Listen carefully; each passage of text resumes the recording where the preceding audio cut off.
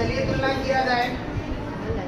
a1x plus b1y plus c1 बराबर 0 से तुलना करने पर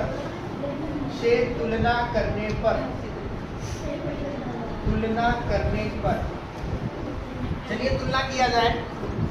जब तुलना करेंगे तो यहाँ a1 का मान क्या है 5, a1 का मान 5 आ गया, b1 का मान -4 है, b1 का मान -4 है और c1 का मान 8।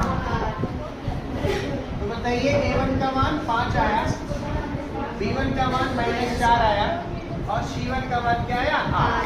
ऐसे ही हम समीकरण 2 से a2, b2, c2 का मान भी निकालेंगे।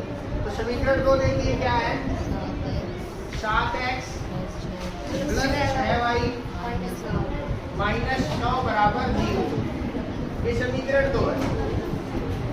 इसकी तुलना हम किससे करेंगे? इसकी तुलना करेंगे a2x plus b2y plus c2 बराबर 0 से तुलना करने पर। ठीक है, अब इससे जब तुलना करेंगे तो हम कैसे तुलना करेंगे? देखिए यहाँ a2 है और यहाँ 7 है, a2 का जो मान है वो 7 है, यहाँ b2 है और यहाँ 6 है, b2 का जो मान है वो 6 है, यहाँ c2 है और यहाँ -9 है, तो c2 का जो मान है वो -9। ठीक, अब इनका अनुपात निकालेंगे सबका। a1 a2 का अनुपात निकाल लेते हैं। तो a1 का मान कितना है 5, a2 का मान क्या है 7, ये a1 a2 का अनुपात निकला। b1 b2 का निकाल लेते हैं। b1 का क्या है -4 और b2 का मान क्या है 6।